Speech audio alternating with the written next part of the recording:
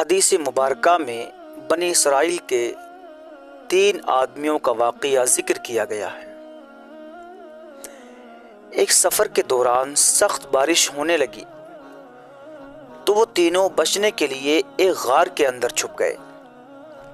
اللہ تعالیٰ کی شان دیکھیے کہ طوفانی بارش کی وجہ سے ایک بڑی چٹان لڑکتی ہوئی غار کے منہ پر آ کر گر پڑی۔ چٹان اتنی بڑی تھی کہ یہ تینوں مل کر زور لگاتے تو بھی نہیں ہلا سکتے تھے۔ باہر نکلنے کا راستہ بالکل نہیں تھا۔ تینوں کو موت سامنے کھڑی مسکراتی ہوئی نظر آئی۔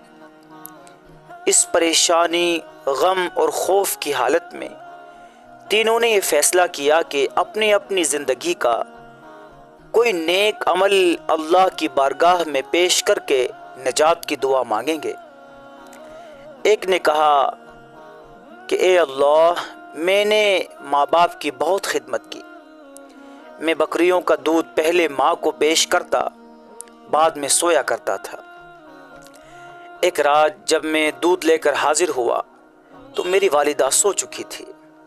میں نے جگانا مناسب نہ سمجھا اور دودھ ہاتھ میں لے کر کھڑا ہوا ان کے اٹھنے کا انتظار کرتا رہا، یہاں تک کہ صبح کا وقت ہو گیا۔ اے میرے اللہ، میرے اس عمل کو قبول کر کے ہمیں نجات عطا فرما دیجیے۔ چٹان 1/3 سرک گئی لیکن ابھی نکلنے کا راستہ نہیں بنا۔ دوسرے نے کہا کہ اللہ، میں اپنی بھرپور جوانی کی عمر میں اپنی خوبصورت کزن پر عاشق تھا۔ میں نے اسے پھسلانے کے لیے کئی حیلے بہانے کیے مگر وہ نقیہ تقیہ پاک صاف رہی اور میرے جال میں نہ پھنسی۔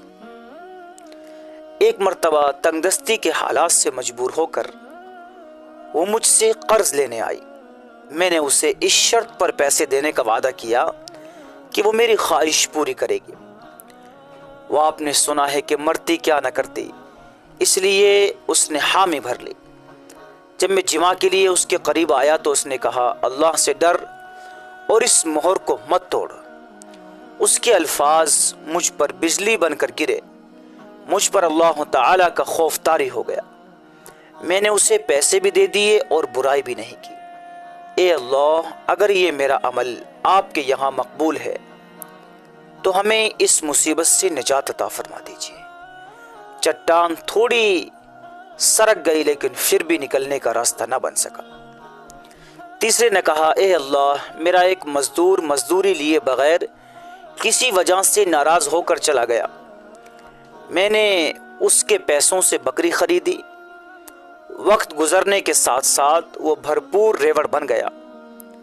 کافی مدت کے بعد وہ اپنی مزدوری لینے آیا تو میں نے پورا ریوڑ اسے پیش کر دیا۔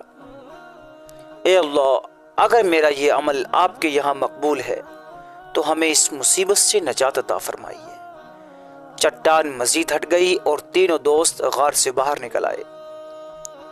تو دوستو، اس واقعے میں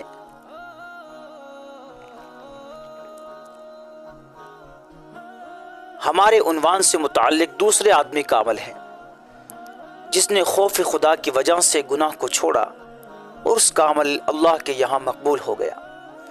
اس سے سبق ملا کہ پاک دامن انسان اللہ تعالیٰ کا مقبول بندہ ہوتا ہے۔